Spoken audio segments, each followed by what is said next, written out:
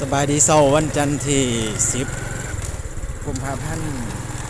2563พาเบาที่น้ำบ่อาบนี่พาพี่น้องเลาะก่อนสิไปการเฮ็ดงานกะเลาะก่อนพี่น้องถนนอยู่หลังบ้านนี่แหละโอ้เสียไปไหนไปทางไหนเดี๋ยวนี้เสียตูนฮะ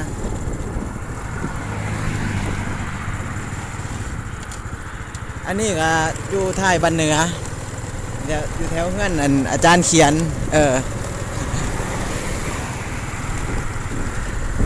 คือน้องสมัยยังน้อยดอกพี่น้องก็เลยมาเลาะหาเตือนย่ำอยู่บ้านเพราะได้เบิ่งสนุกว่า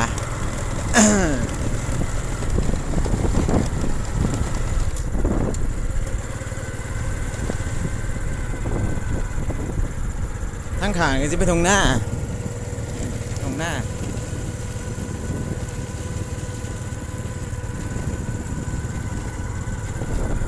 อันนี้ทางมุ่งหน้าไปสู่บ้านนักกตาล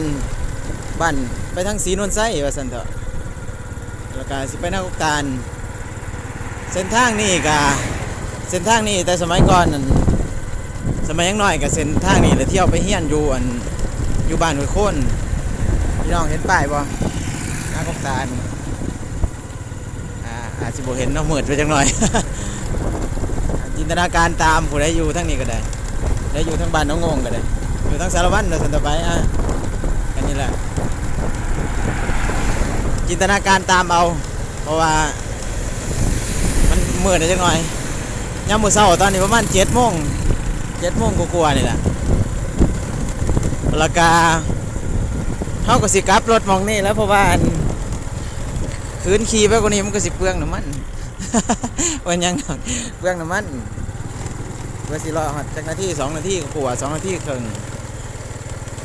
ที่มาลงไว้ฮะเถื่อคือทอดบ้านนะพอสิได้เบิ่งกลับรถเนาะกลับเมื่อไปครับ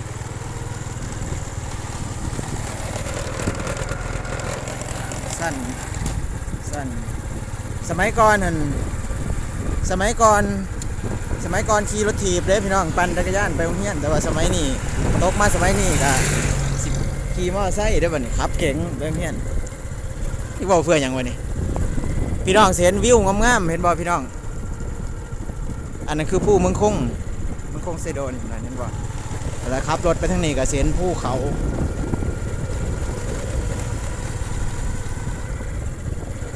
ครับขี่รถอยู่ทั้งบ้านก็อันตรายอย่างหนึ่งคือว่าเขาสัตว์เลี้ยงเพราะว่าปล่อยอิสระคือเสียนี่เห็นบ่นี่เกิดอุบัติเหตุดูเพราะว่าเพิ่นปล่อยอิสระจังซี่อันตรายเห็นบ่ให้เราสังเกตเบิ่งปล่อยข้างทางเห็นบ่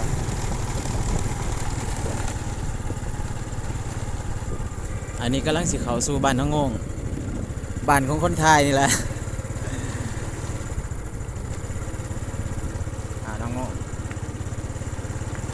พี่น้อง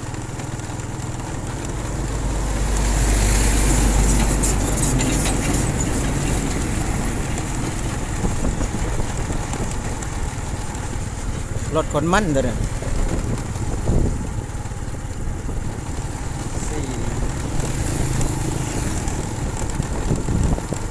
อากาศก็ประมาณ18-19 องศาหนาวขาแตกปากแข็งปากแตกไปเลยจังหวะพี่น้องไปทางใด ก็แต่คนวันเจ้าของ 4 นาที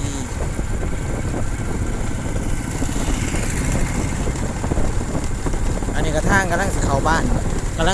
น้องงง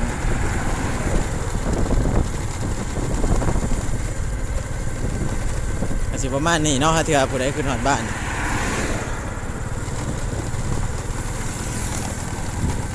ปวดแขนเลยเนาะแต่กับเพื่อพี่น้องอันนี้องเฮียนสมัยเฮียน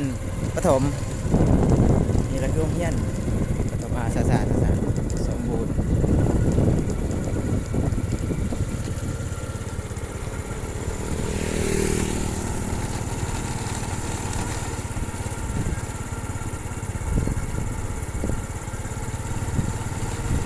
นี้กำลังสิเข้าบ้านกำลังสิเข้าหมู่บ้านที่มาถ่ายในวันหยังได้เพราะว่าอันมื้ออื่นสิลงไปเฮ็ดงานแล้วสิลงไปกรุงเทพแล้วสำหรับก็เลยถ่ายไว้ให้เทื่อยามบ่อยู่บ้านพอได้เปิดเบิ่ง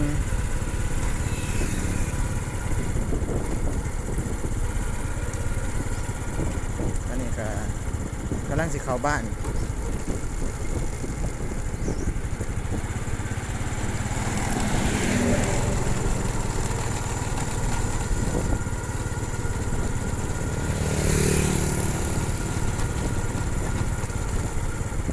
มื้อแรงก็สิไม่ไต่จิรอแถวนี้แหละคิดว่าก็ได้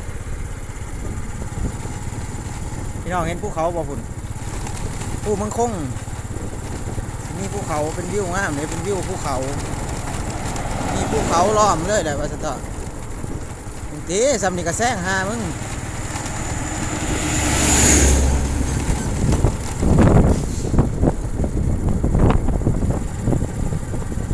ฮะสิมาจบวิดีโออยู่หม่องนี้ล่ะคิดว่าก็ได้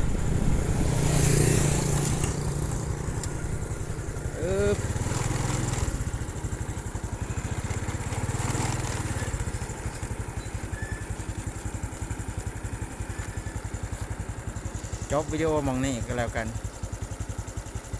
สำหรับวันนี้ต้องลาไปก่อนสบายดี